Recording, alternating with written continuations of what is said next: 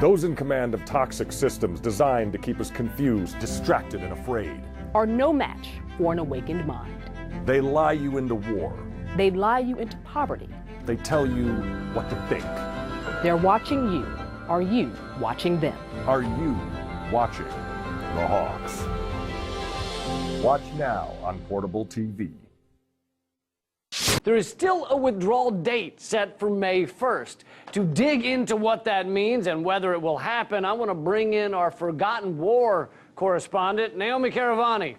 Naomi, hello. Explain to me why we should stay in Afghanistan. Lee, you darling dove.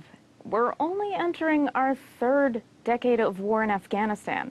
Rome wasn't destroyed in a day. And actually, capitalism doesn't have a withdrawal date. CNN warned us this week that the Pentagon could open itself to costly litigation from contractors if the U.S. pulls out of Afghanistan this year. You have to learn how to respect the process of extracting wealth, which can take decades. CNN is really tugging at my heartstrings, telling me to think of the profitless war profiteers. Yes, think of them. There are only 2,500 American troops still there, while there are 18,000 contractors, of which only about 6,000 are Americans. Don't be so insensitive to these multinationals for their danger pay. 18,000 mercenaries are there? Excuse me? That's a pejorative term for military contractors. Fine. Contract killers? Not all of them are doing security. Okay, 18,000 capitalist goons. Okay, I can't argue with that.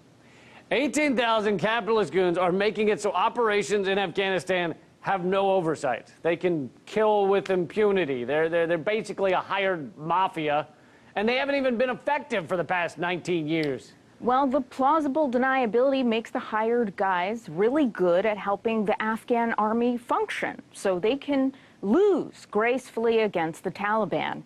And those hired guns are making a pretty penny doing it. They might be making money, but besides just the moral reasons to leave, we as taxpayers are going to lose more money if we stay for no reason. Yes, fine. We're losing money and the war. And we know that nothing is going to change soon. The Taliban might have already declared victory, but it's not for them to decide when the war is over. That's a decision for the CEO of Raytheon. They'll make us stay forever. We'll leave sometime, but if we can't save the Afghan people, we can save capitalism. I mean, we can eventually let another Saigon fall, but not the NASDAQ.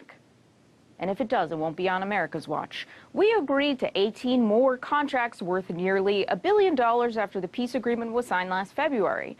One contract with Aegis Defense has an expiration date of 2026. 2026? Yeah.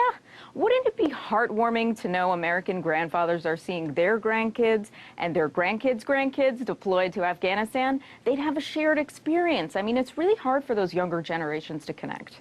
I mean, what are you going to do, play cards? No, they should look at scrambled Cinemax porn with their grandpas like I did. Gross. The U.S. went 1 year without a combat death in Afghanistan as the Taliban warned against reneging on the peace deal and the May 1st withdrawal. So come May 1st, there may be more American soldiers sent back in boxes, but obviously that isn't a concern because we signed another deal 50 days before the May 1st deadline that ends in 2022. 50 days before the withdrawal date? Lee, you're getting really mad at numbers today. Did the count do something to you growing up? You can be honest. Yes, he touched me 1, 2, 3 times. It's absurd that we would stay in a war just because we agreed to pay someone. That's not a good reason. But then we wouldn't have the satisfaction of completing the transaction. And that's what this war is all about. At the end of the day, it's all about the Benjamins. Thanks, Naomi.